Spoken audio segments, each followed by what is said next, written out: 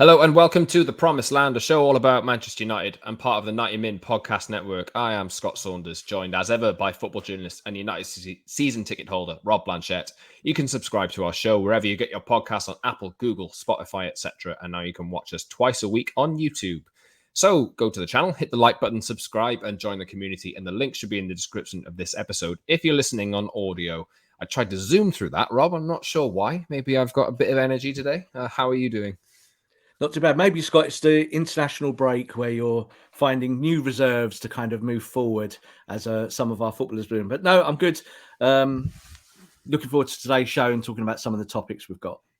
Yeah, obviously international breaks are usually a dead window for football news and this kind of stuff. But we're rich with it with United at the moment, and I don't know whether you can tell in my accent. I'm a Welshman, and Wales start their playoff journey tonight. Hopefully, it doesn't end tonight. We're filming on Thursday ahead of them playing against Austria, and we don't have Dan James anymore, so no Man United Wales connections. Unless Dylan Levitt's in the squad. I don't know if he is, but yeah, maybe down the line we will get some more back. But yeah, let's talk all things United today, because there has been, since the last show, a few developments. Now, reports going around about, interview processes kicking off. Erik ten Hag has done his. I think that's pretty much been confirmed from all angles, from Dutch press, from us as well, and from the English press and this kind of thing. Suggestions about assistant managers. Rio Ferdinand came out yesterday and said this is a load of tosh, essentially, because his name was linked with it. But there's been some others as well. And there's other interviews to come, I think. Like, there's 4 names in the frame, although 2 are really sticking out. Mauricio Pochettino is probably the other main contender, Luis Enrique and Julian Lopetegui, for due diligence, although you can't really see them getting this job, to be honest, unless... I quite like Enrique, but anyway, we'll talk about him later. We'll talk about Paul Pogba's comments. He's done a deep interview with Le Figaro, I think, and we'll talk about that. He's talked about a lot of topics about how it's not good to United, his mental health, and various other issues as well. And we'll talk about Hannibal's comments. There's been some about him being essentially defiant that he's going to make his mark, and Garnacho is seemingly going to win his first senior cap within the next few days for Argentina as well, and can't get in United's first team squad. So this is a interesting one. But anyway, you can follow us on Twitter at _Scott Saunders, at _Rob_B, and at PromiseLandMU. But Rob will kick off with the manager interviews, because it does seem like United are using the international break to, start the process properly, formally. So Erik ten Hag has undergone his on Monday. All signs seem to point to it going positively. But, he is the favourite, isn't he? Do you think that... Well, there are other interviews to come, as far as we understand. But do you think he's the front runner? And how do you think this... What are you thinking of a time frame here? Well, first of all, what I want to say is that I think the word interview is kind of quite used loosely in the story, because people talk like it's an interview, like, when you turn up for a just job a chat interview. with Darren Fletcher, Rob, isn't it? Really? I've just got this thing of like Ten Hag turning up to Carrington, kind of doing his tie up, going, "Oh, got this big interview." I don't think it's probably on like Zoom that as well, wasn't it? I'll kind of tell you the bits that I've been told and know a little bit about. Obviously, contact has been made. That's been confirmed from both sides. Manchester United are quite keen for the world to know that they are chatting to Erik ten Hag. Now, as it stands, there's been no permission granted by Ajax. So in official terms, this isn't real yet, but there has been chats. But I don't believe for 1 second that Manchester United have rolled up in Amsterdam in their limousines and have been whining and dining their future coach. But we do know that Ten Hag is interested in the job. We do know that Manchester United really like Ten Hag, and they do see him now as the progressive choice. So one of the things that's getting recycled over the last few days is that United have 4 candidates for the job. I don't believe that. I don't believe they have 4 candidates for the job as it stands. I think they have multiple candidates. I think they are looking at people and they're thinking about it. But I think the other side to this story, and it's really important, is that Ten Hag's choices in the future are not only Manchester United. So he has got other clubs that are interested in him. And we still haven't got a feel on that yet, that England is his number one desired choice. It might well be, and you would expect it to be. Man United, I think, are the biggest club in for him as it stands. But we talk about the Glazers all the time. We talk about the ownership. Can they sell their project to a new manager that maybe wants to do it a little bit differently? So I think United fans obviously get very excited that the fact that there's been this established contact, been confirmed both sides of the North Sea, both in England, both in Holland as well. But does this mean that Erik ten Hag is 100% going to be the next Manchester United manager? As it stands, the answer to that is no.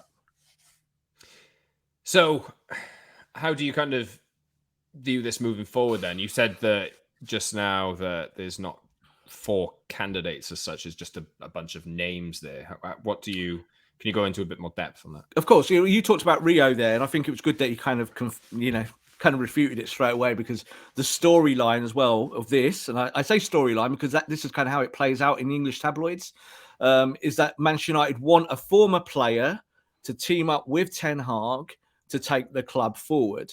Now, that's actually a narrative that's come out of Manchester United in the past. It's something they tried to do with Ryan Giggs. It was something that they pushed on Van Gaal to say to him, we want this. They pushed it on Mourinho to say, we want this. Obviously, Michael Carrick was retained in those moments and promoted within the system. And we are now seeing Darren Fletcher being at the football club as a kind of football director who doesn't do any football directing. So all of these things, I think, are kind of out there to be guessed about. Robin van Persie's also been linked as a potential assistant manager, but I do not believe we're anywhere close to those things at the moment. I think if you give the job to Erik ten Hag, you have to say to Erik ten Hag, you decide these things. We cannot impact it. We can't say to you, do a little bit of this and a little bit of that. So I think that Ten Hag is the overwhelming favourite as it stands. But Pochettino is still in play. There's no doubt about it. And they are looking at the likes of Enrique, who, as you said there, is a very good manager. I like him as well. A prime candidate, someone that you would look at. And I still do think that the likes of Lopetegui and Diego Simeone are managers that Man United will continue to review. They don't really need to know anything more about these managers, Scott, do they? Everyone knows about them. We all know what they do stylistically, how they run their clubs. You could do your due diligence. That's important. But I think it's either Ten Hag or no one as it stands. And that's kind of where Man United are in their preparations. I don't think they're going international break. Oh, let's interview some coaches. No. They've been doing this process for a long time. It's just now I think we're kind of seeing the motions on the continent. I think we're going to hear more on the continent from journalists and from outlets connected to all of these managers and their agents. Robin van Persie, Ruud van Nistelrooy, Jaap Stam have all been. I think a I saw the other day. It's just a former Dutch Man United player. Yeah. If they're Dutch, then they have to be. This is why it's silly, isn't it? Because it's like we're saying, okay, it's a Dutch manager. He's going to need a former Dutch Man United player. So that gives us a shorter list. It's a bit silly. I think Ten Hag, who worked in Germany, worked for Bayern, has worked across countries, is not going to be saying, I need to bring a Dutch person with me. He's going to obviously bring someone that he trusts when he gets the job. And I do think he will get the job. I think this is kind of where we're leading to. But at the same time, there might be another project that he goes, actually, that suits what I want to do because Man United won't let me bring who I want to bring in. So I'm not doing it. So there is still a risk factor here. I think for United fans, we're getting very, very excited about this potential new manager. I do believe that Mitchell van der Gaag is the name who's working alongside Ten Hag at the moment at Ajax, and I have seen his name linked with the assistant manager role as well. I've also seen Ruud van Nistelrooy's been linked with. I think it's been Ruud's been linked with a Dutch top flight job over the last few days. So, plenty of decisions to be made. But the Rio Ferdinand thing was a bit weird. I don't think Rio wasn't. I think Rio had a conversation when United were thinking about football directors or expanding their knowledge at the top of the tree, that Rio did have a conversation. It wasn't an interview. So that was a long time ago. And this is why I said at the top of the show, this thing between conversations and interviews, what people believe is a formal interview and what is actually just a chat to kind of move the conversation forward. So Ten Hag is expressed an interest in coming to Manchester United, but I think it's also been made quite clear from people around him is that he's got options. And that makes it more difficult for United because United will probably pay the most, but do they have the best project out there in Europe at the moment? I think you and me, Scott, would probably say no as it stands. Yeah, I'm just trying to think off the top of my head about how many other clubs will have a managerial role coming up and available this summer. Maybe I did always kind of see Ten Hag's next step as being one of the main clubs in Germany, to be honest. But it doesn't seem well. You got Nagelsmann at Bayern, and he doesn't seem to be going anywhere. And there may be some other roles with some other clubs in the Bundesliga, but. Ten Hag, as you say, is the overwhelming favorite. And Gary Neville you did this yourself the other day, Rob, but Gary Neville put out a vote between Ten Hag and Pochettino on his Twitter yesterday. 220,000 votes, 82% of the vote to Erik Ten Hag. And I am seeing a swell of noise and vitriol. Is it vitriol? I don't know. It gets a little bit mean. It does get a little bit mean when you kind of, if you don't pick the guy that everybody wants, you're wrong. So Mauricio Pochettino, he's in the frame as well. There's no doubt about that. And why wouldn't United look at him? They've wanted him for years. He's probably going to be leaving PSG. It does make sense to do, to look into him a little bit. But what if you made of the kind of fallout? And do you feel like there's a massive divide there? Like, is he that obviously the wrong choice? I think the problem with, and it's not Man United fans specifically, but because United is such a big global super club, that the kind of heightening of it is just extreme. It's like the most extreme version of something. It's like there's a disease, and Man United are kind of the top of that because there's just so much noise around the football club and things that are happening. It happens with players. It happens every individual instance at Manchester United. I do think that we have this thing now with social where fans have to guess right. So I feel something and my feelings are more important than your feelings. And then when I'm proved right, I'll retweet that from 4 years ago and then I'll celebrate that. So no one cares about really trophies anymore. They just care about being right. So that's a problem, isn't it? Because the whole thing with the manager, and we talk about Ten Hag is going to need time, backing, money, patience, the full shebang to fix this Manchester United mess. The second he loses a game, that slips. If he loses 5 games, it's like falling off a cliff. If he loses like 15 games, he'll get sacked. So this is why Man United have become the soap opera that they truly are. And let's be honest, people that watch soap operas are doing it for a reason, aren't they? They want that kind of instant gratification. And that's what United have become to football fans. So I think that there is some of that there. You said use the word vitriol. I think that's quite accurate. And as it stands, if you don't get Ten Hag for whatever reason, what do? You've got to go and get someone, haven't you? You've got to look at the market and you've got to be erudite and smart. And I don't think football fans think like that because they don't do the game for those reasons. It's not business to football fans. It's linked deeply to their heartstrings. It's all in here. So I think with Ten Hag, there's a big kind of swathe of support from him. So Gary Neville put that out there and it was kind of over 80%. I did a poll kind of a few weeks ago and it was more like 65% at that time.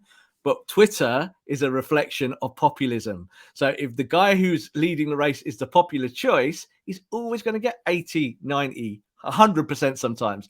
And that's why we shouldn't do politics on Twitter, because it's always about populism. It isn't really about real life. It's always about, am I right? Well, I'm going to prove that I am in 140 characters.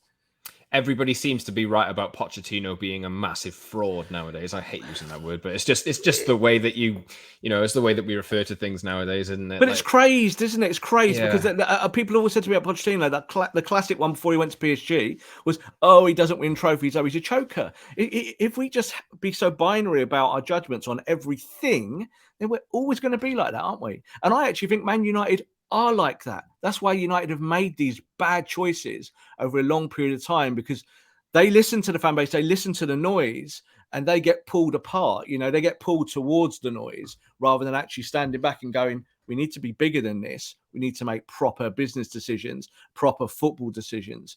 And they haven't done that, have they? With a number of players since the day dot, they consistently make the same errors that this kind of populist noise pushes.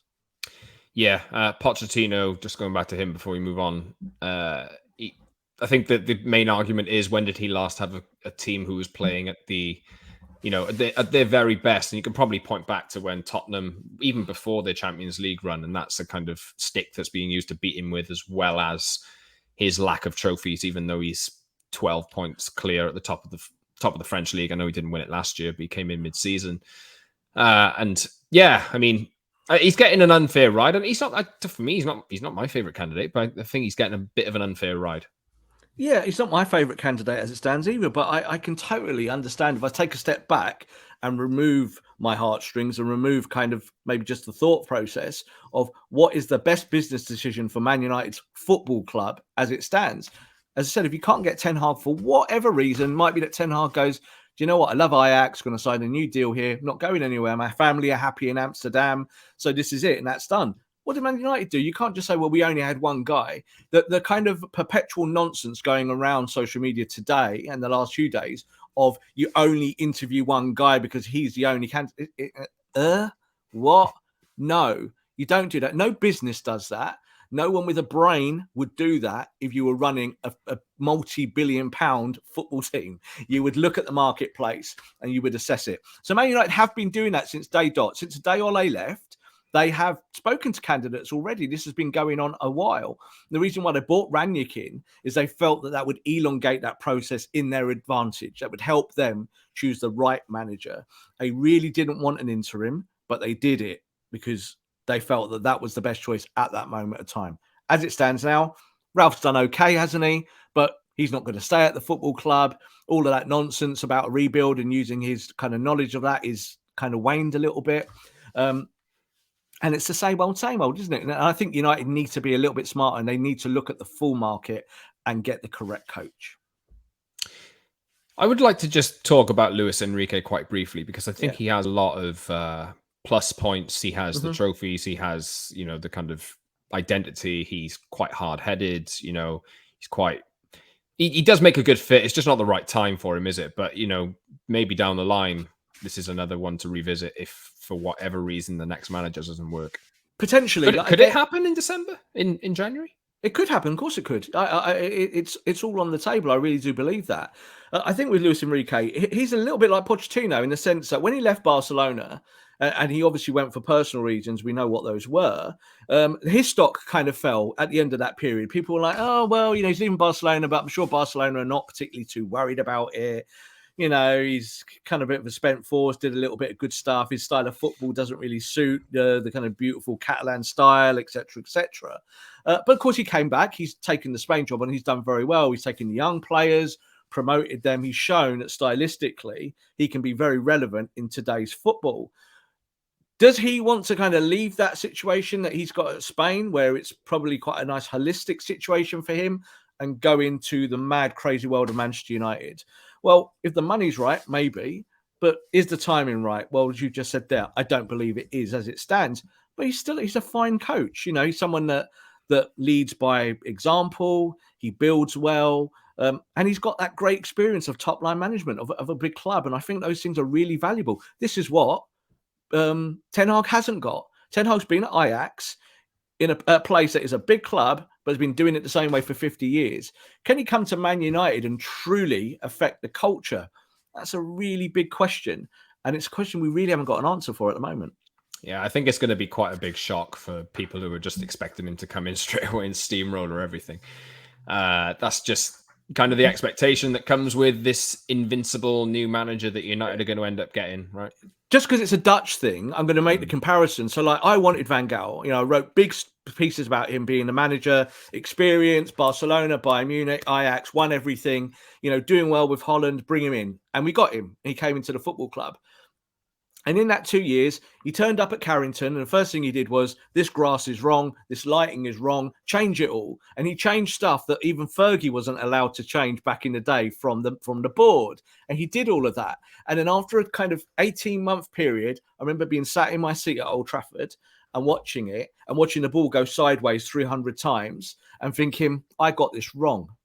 Because as good as he is, or good as he was, doesn't fit what Man United need at this moment of time. And after 2 years, he won the FA Cup and got sacked. And it was obvious. It was obvious why. I worry about that with Ten Hag. I think he could come in, implement the system, and after a year, we're going, does this system win a title? Well, after Van Gaal, after 2 years, we knew it wouldn't. So it was time to go. So I think with Ten Hag, you have to be patient. But whatever he's going to build at the moment, we're not 100% sure what it's going to look like. There is not a Jurgen Klopp or a Pep Guardiola level coach out there. And unfortunately, until And let's just say that unless he works miracles. Look, you when know? Jurgen got the job at Liverpool, his stock was low.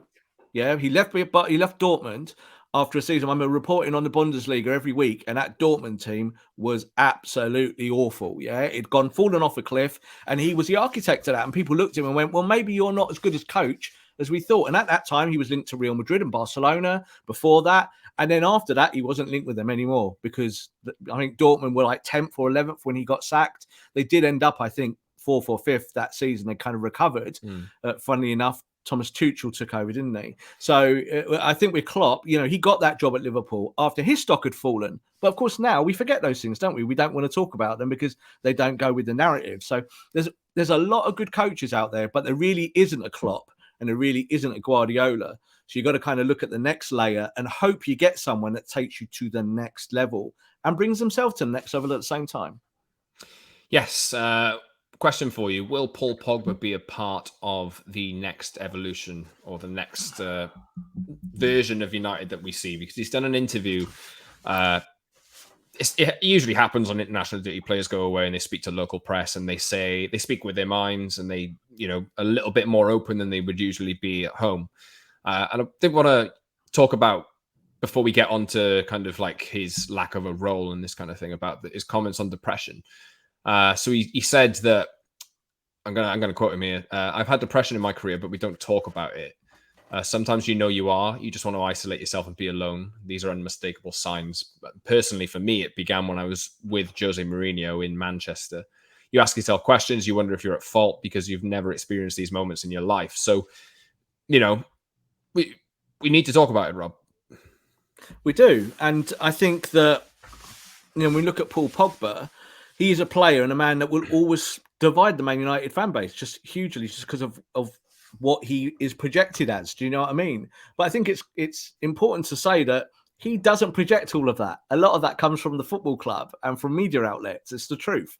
So, he's spoken quite candidly about his mental health. And I was quite interested to see the reaction yesterday on social and just wider and from the popular press, was that there wasn't a lot of sympathy for him.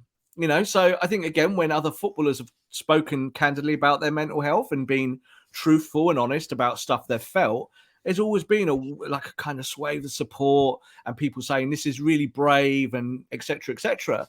What I saw yesterday was a lot of silence, a lot of Man United fans not talking about it, and a lot of people in the press not talking about it. So I feel sorry for Paul because I think that's one of the big things. He said that I'm only human, I'm not a superhero. And I think we forget that because he's projected as one, isn't he? Projected as one of the biggest footballers in the world. He'll sell you shirts till, the cows come home, and he's on every billboard around the world because that's what Paul Pogba is as a brand. But Paul Pogba is also a human being. And I think this is why this might all come to the end at Man United. I don't think this has got anything to do with money. I think this is about his ambition and about how he sees himself. And I felt a couple of years ago, you remember when the fan challenged him at the end of the season when he went to that corner? Funnily enough, I was sat not so far away from it that day and saw it in the flesh and saw what happened.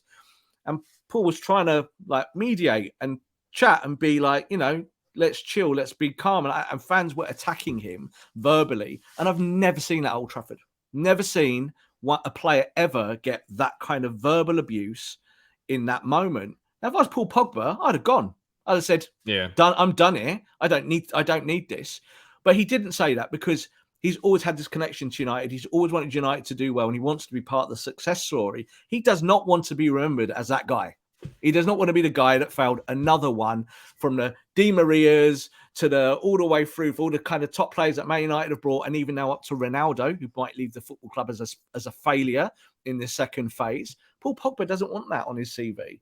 So I think that there's still a chance he'll stay. He has kept that open, didn't he? You saw in his comments, he kind of said, well, if it's at another club or in Manchester, he deliberately put that in because he could have taken that out, couldn't he?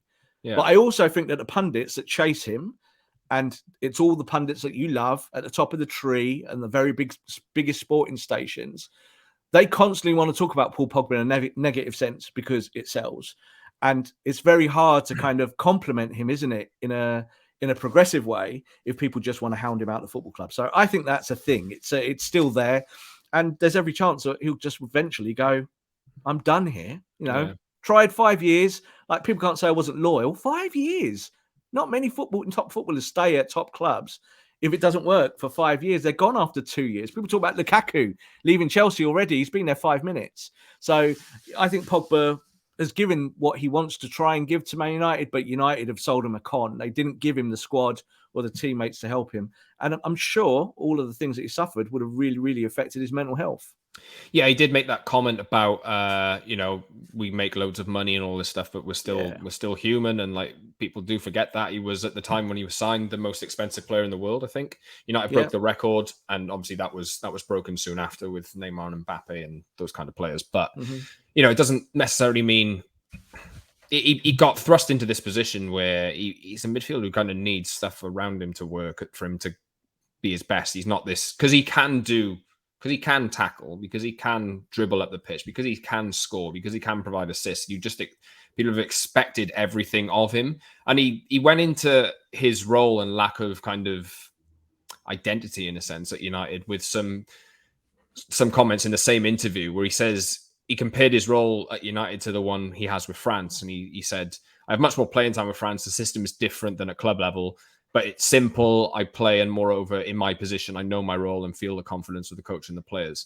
But he's been played in various different positions at United with various different managers on the left side, in a box-to-box role, in a deeper playmaker role. And United have failed him because they've changed their manager every 2 minutes, and they've asked him to do something different. And he's not been able to, get that level of consistency to bring his best to United each week. And yeah, fair enough. Like, he probably does deserve some criticism for his performance levels.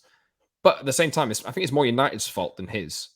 100%. And I've spoken about this at length in my tactical shows when we've looked at individual players and Man United systems throughout the months and years of going all the way back to when Pogba first joined the football club. It's that if you were going to bring Paul Pogba in, let Paul Pogba play a role in a position that he's good at. Do that. Maybe that's a good starting point for any footballer. Don't change his position every week, because we've seen that. He's been a 6, he's been an 8, he's been a 10, he's doing defensive work, he's doing forward work, he's doing a load of stuff that kind of falls outside of the remit of what he's good at. So, he said it, I think, at the end of last season. He talked about the floating 8 role. So just to kind of explain that a little bit more, it's kind of that role on a 4-2-3-1 where he plays on the left. So he can kind of come in, but he can go out. Not really a winger, not going on the outside, but affecting the box and the penalty box play. That's his role. He loves that. Does he play it every week for Man United? No. Because Man United are no longer really playing that system. Obviously, that was Ole's system. But we see it again, don't we, with Pogba playing as the 6 sometimes, now playing as the 10, playing right at the top of the pitch, playing deeper, and changing within matches. Now, that does happen to players. But if you're going to go and buy an 80 or 90 million pound midfielder, maybe let him go and be a good midfielder. The reason why he's good for France is that Deschamps nails that down. Deschamps goes, I'm going to have players around him to protect. I'm going to let him go and express himself. And, that's why Paul Pogba's got a World Cup winners medal. Unfortunately, that medal was stolen from his house last week from when he was burgled. So I think there's a whole load of things going on here with Paul Pogba. You're right. I think he deserves a certain amount of criticism because I think your personal levels are on you and it's up to you. Say that about Marcus Rashford, Bruno Fernandes, Cristiano Ronaldo. It applies to everyone. But there's no doubt that Man United sold him a lie about that midfield, about what they were going to do and how they were going to rebuild it. They gave him someone like, Mourinho, top-level coach. You get Ibrahimovic at the same time. You get Mkhitaryan, who was double player of the year in Germany. You get Bailly, one of the most up-and-coming defenders in La Liga. And you say, this is where we're going. And then it stops. That's what happened at Man United. They stopped building for a bit. They made bad signings. And it all kind of ground to a halt. That's where we are today, Scott, isn't it? Now we're at the point where we've got no manager. You're talking about a new project again. Paul Pogba might look at this and go, I've done this 2 or 3 times at Man United now. Should I trust these people again that don't know anything about football? Or am I going to stay here, sign the deal, and try and be the catalyst? Look, if I'm Paul Pogba, it doesn't matter how much I love Man United or not. I'm off. I'm out of this football club. Give me a new project. Let me go and show what I can do at another top team.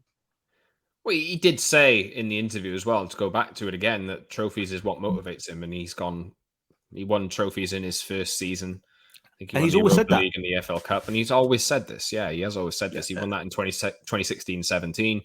And since, it's been completely Nothing. There's been nothing. And I think he got I saw a little bit of criticism for him saying the season's dead.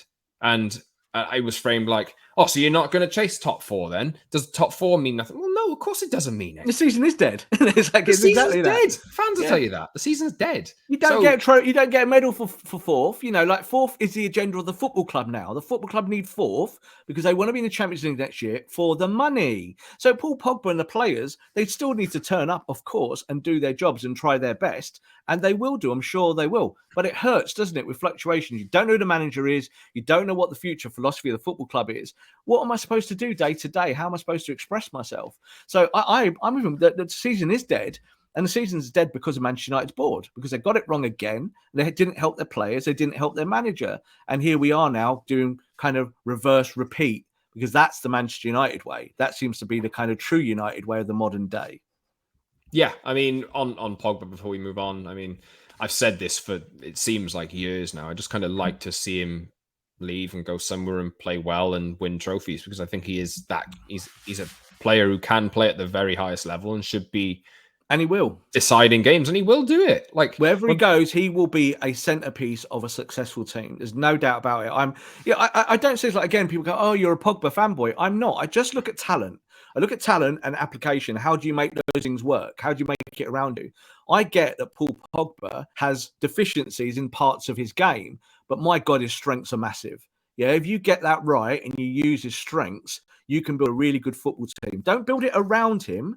Make it the supplementation. Make him part of the moving parts of the clock, behind the clock face, make him important. And they haven't done that. Let's be honest. They've not done it. And we've seen it every year. Every year we say the same thing about, can this work now? It's got to come from the top. It can't come from individual players. You can't drop a Ronaldo in and expect 800-goal Ronaldo to just rescue your season or give you a trophy or get you towards a title. Football does not work like that. And mainstream top-line sport does not work like that. Yes, we'll see what happens with Paul Pogba. I'd imagine we won't know his decision until United decide on a new manager. I don't really think that'll make much of a difference, but it could. And at the end of the season, he's out of contract June 30th, and I think he might take his time, see what offers come in and then make a decision. And whatever he does, he's seen out of contract that he signed, and he's well within his rights. But Scott, it's also definitely, we must highlight that Manchester United made him a contract offer that didn't match his terms a long time ago. And since then, 18 months ago, they have not come back. Think of that, what you want. It happened to Carlos Tevez. Yeah, Carlos Tevez had an agreement with Man United going back over time, and Man United said, that's the agreement and that's it. And Carlos Tevez played really well for Man United over that period. Obviously, they won lots of trophies. He was a big part of that, though he wasn't really always a starter, and he wanted a better deal. And Man United said no. And then when Man United finally got back to him towards the end of the campaign, he didn't pick his phone up. He went, I'm off. You don't respect me. I think Paul Pogba might be thinking the same thing. And just one thing to close it, Scott. We've done enough Pogba, I think, now. But the British pundits are obsessed with Mini Raiola. They're more obsessed with Mini Raiola than Mini Raiola is obsessed with them. There's no doubt about it.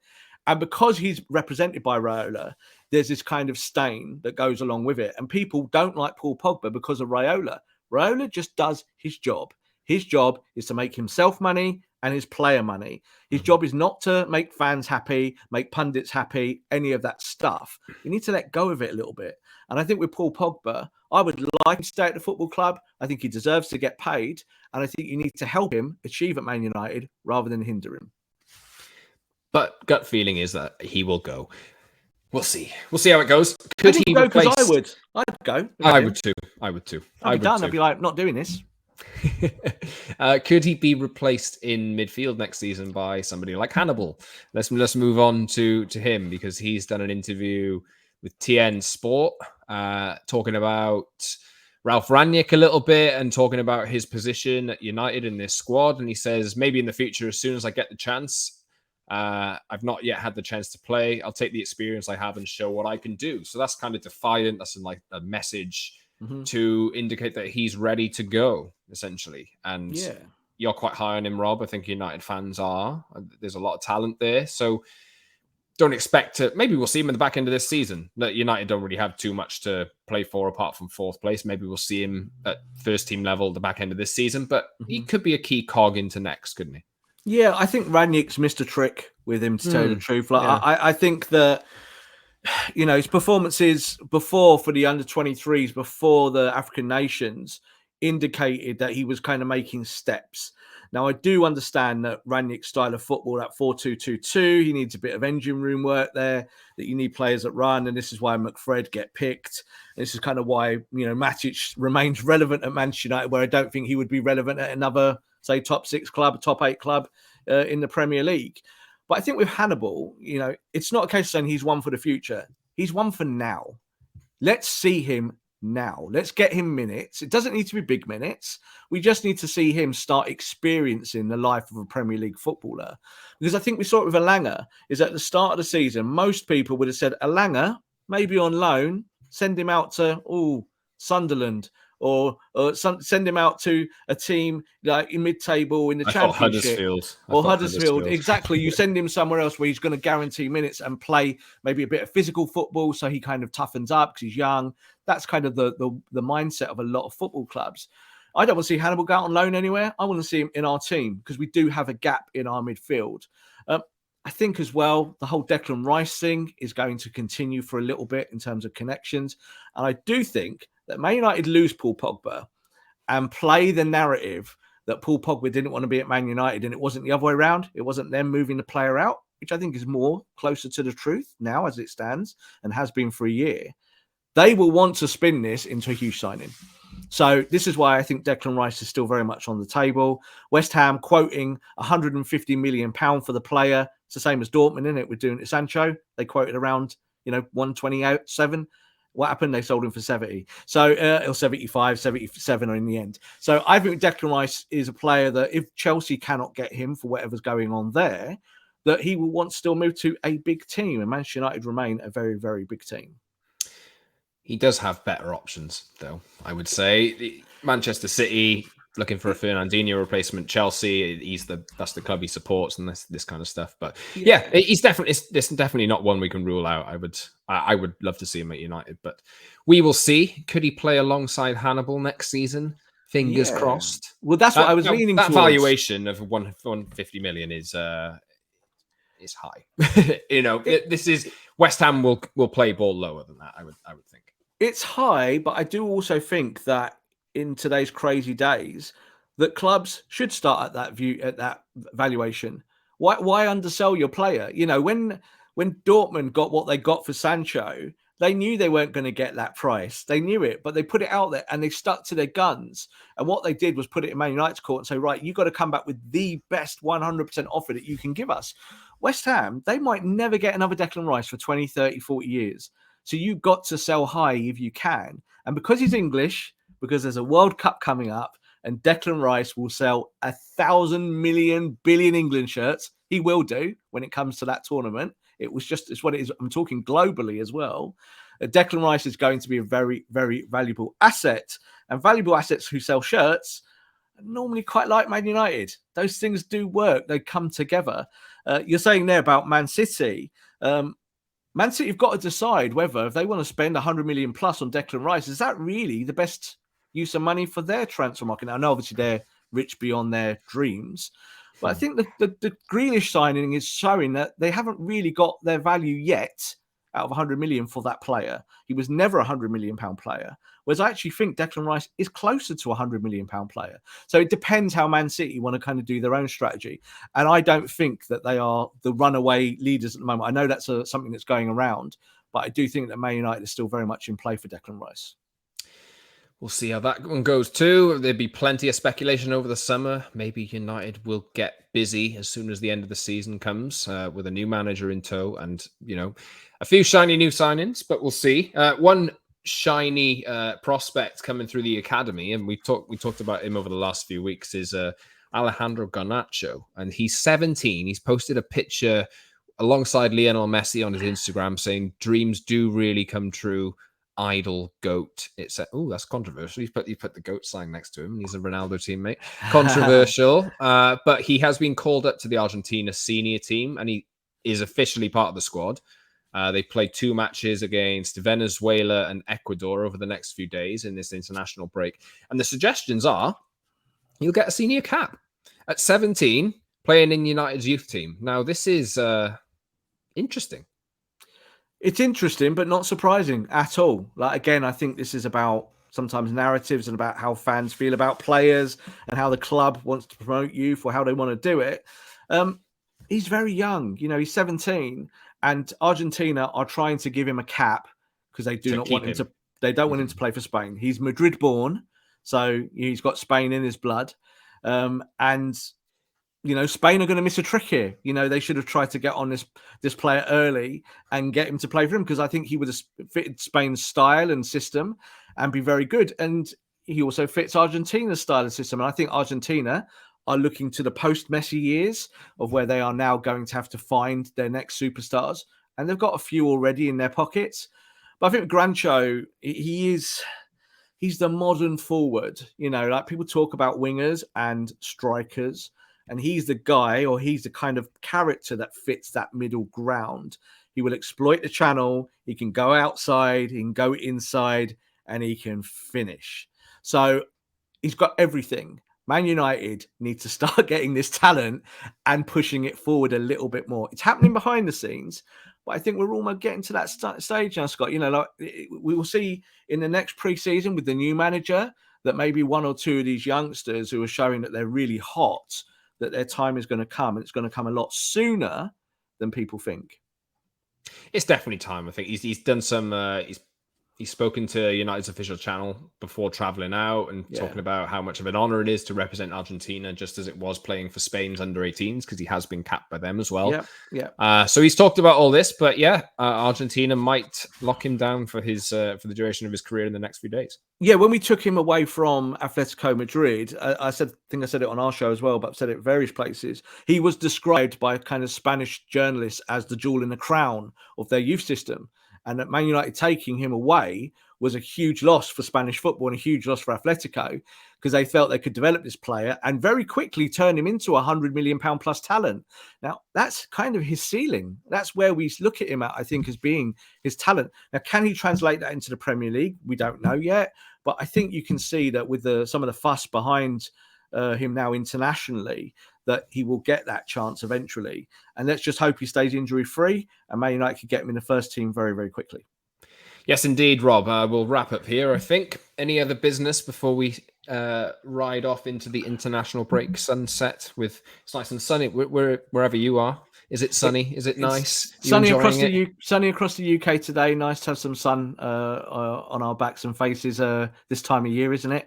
I just think with Man United and with the manager hunt, and this is something we're going to talk about a lot on our show, and we'll try and give you the most up-to-date information on it, whether it's stuff from behind the scenes. Obviously, new information gets broken every single day of the week, so join us obviously on Tuesdays and Fridays. I just think that obviously if it's Ten Hag, but maybe someone else, Man United fans just need to be calm about that at the moment. You know, if Erik Ten Hag wants the job, Man United will give him the job. I think that's where we stand. United are doing their due diligence. They have to do their due diligence. I think in the past, they haven't done that. They didn't do it with Jose Mourinho. Yeah, Jose Mourinho got sacked at Chelsea for a reason, and they gave him the job. So I'm happy that they're doing that, because I think they've got time on their side. But of course, United fans want everything to happen yesterday. So a little bit of chill, a little bit of calm, and twice a week, join us here on the Promised Land, and we'll give you all the updates that you need. Yes, indeed. You can subscribe on Apple, Google, Spotify if you want audio twice a week, as Rob says. And we're also on YouTube. Head over to our channel, hit the like button, subscribe, and join the community. The link will be in the description of this episode if you're listening on audio. And just one final reminder to follow us on Twitter and engage with us about anything that we're tweeting. You want any thoughts, any reviews? We're starting to get some nice reviews of the show coming in, so thanks for those. And we do enjoy them. The nice ones, anyway. I haven't seen too many negative ones so far. But yeah, you can find us at _Scott Saunders, at _Rob_B, and at Promised Land MU. That's it from us today. But have a great weekend, and we'll see you soon.